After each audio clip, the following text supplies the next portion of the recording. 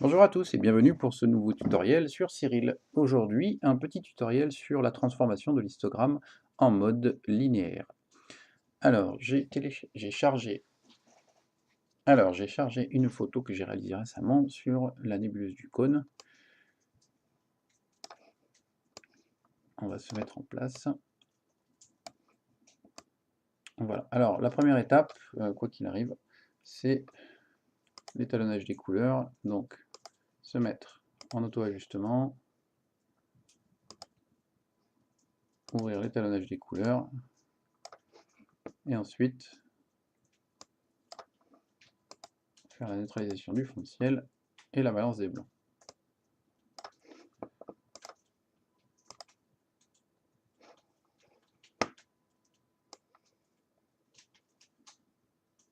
On va se mettre un visuel plus sympathique.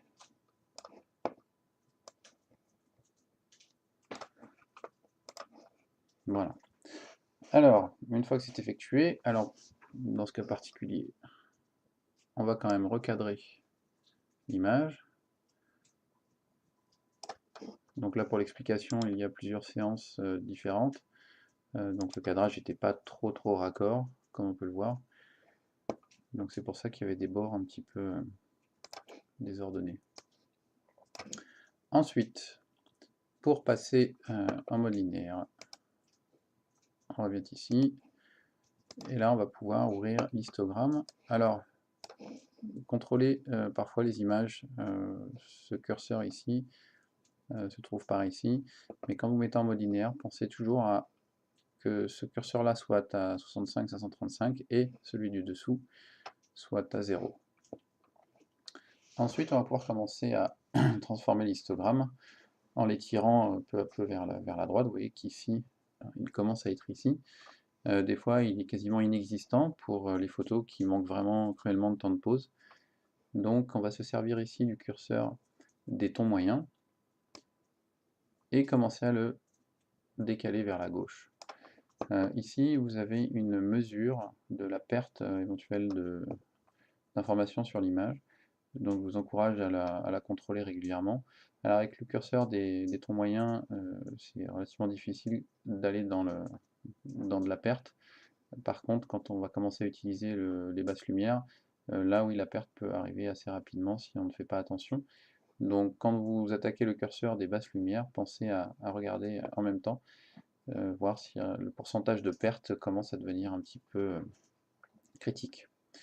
Alors, le curseur étant ici, on voit que l'image commence à apparaître. Les avantages de la nouvelle version de Cyril, c'est d'avoir une visualisation directe, sont appliqués, mais si vous voulez retrouver le curseur ici pour continuer à étirer l'histogramme, il vaut mieux cliquer sur appliquer et recommencer l'opération.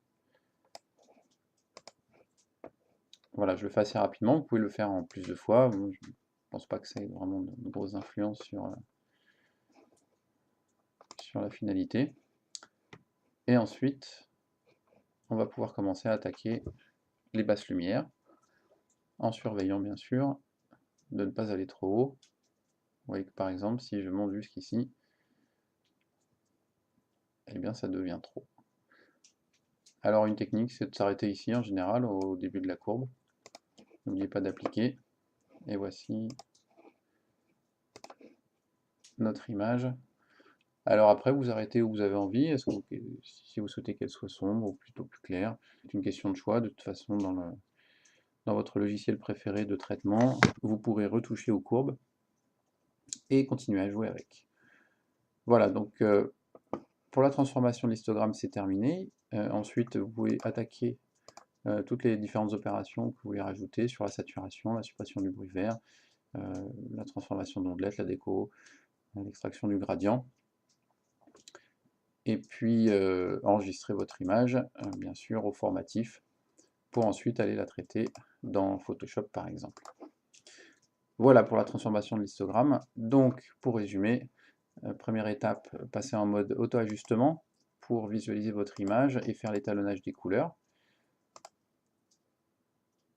Et puis ensuite, vous revenez en mode linéaire pour faire la transformation de l'histogramme.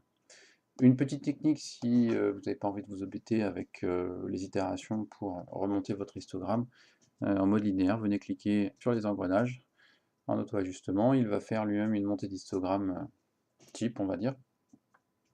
Libre à vous de l'accepter ou non. Vous pouvez bien évidemment revenir dessus, etc., etc., en vérifiant bien sûr que vous n'avez pas de perte, et puis appliquer par exemple, et avoir une image tout à fait correcte également en très peu d'opérations. Ensuite vous l'enregistrez. Alors pour l'exemple on va l'enregistrer pour l'exercice.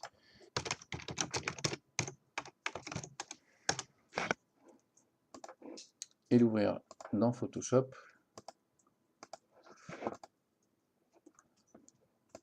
Elle est ici. Là voilà, donc comme on peut le constater, en termes de visualisation, on a bien la même image. Voilà, maintenant il ne reste plus qu'à traiter, et ça fera l'objet d'un nouveau tutoriel. Merci de nous avoir suivis, j'espère que ce tutoriel vous sera très utile.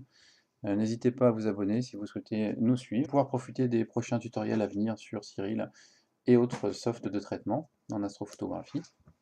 Rejoignez-nous sur notre page Facebook l'astrophotographie à l'APN si vous n'en faites pas déjà partie. Pensez à répondre aux questions, c'est vraiment important. Merci de nous avoir suivis et à très bientôt. Au revoir.